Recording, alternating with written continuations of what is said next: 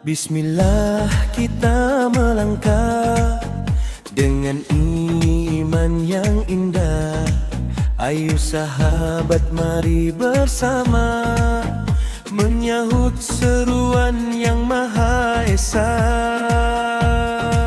Bila azan berkumandang, hati tenang, jiwa pun terang.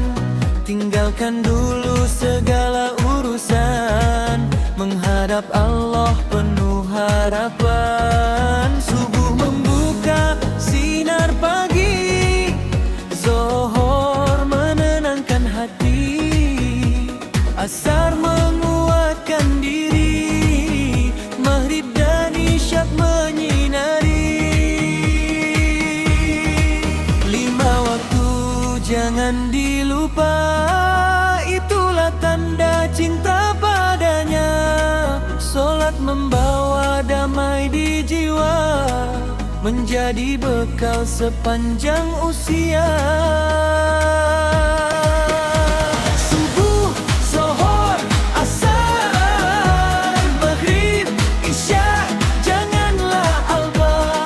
Mari kita solat bersama, awal waktu penuh bahagia. Ayo sahabat semua, solatlah dengan hati gembira. Allah sayang hambanya yang menjaga solat setiap masa.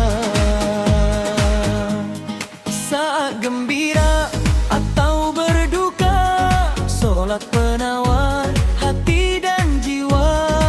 Sujud syukur, rukuk penuh cinta, mendekatkan kita kepadanya. Selangkah demi selangkah menuju hidup penuh berkah. Dengan solat yang terpelihara, bahagia dunia dan akhirat sana.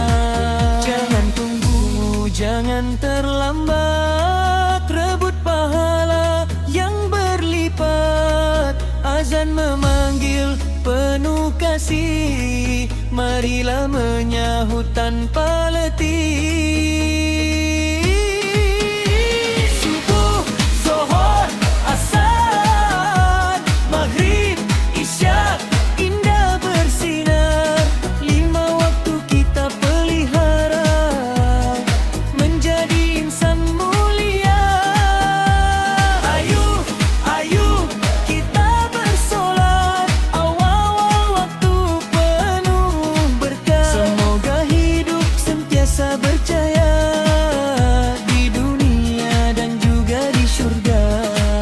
5 waktu amanah kita, jangan sesekali melupakannya. Solat awal waktu amalan mulia, membawa bahagia.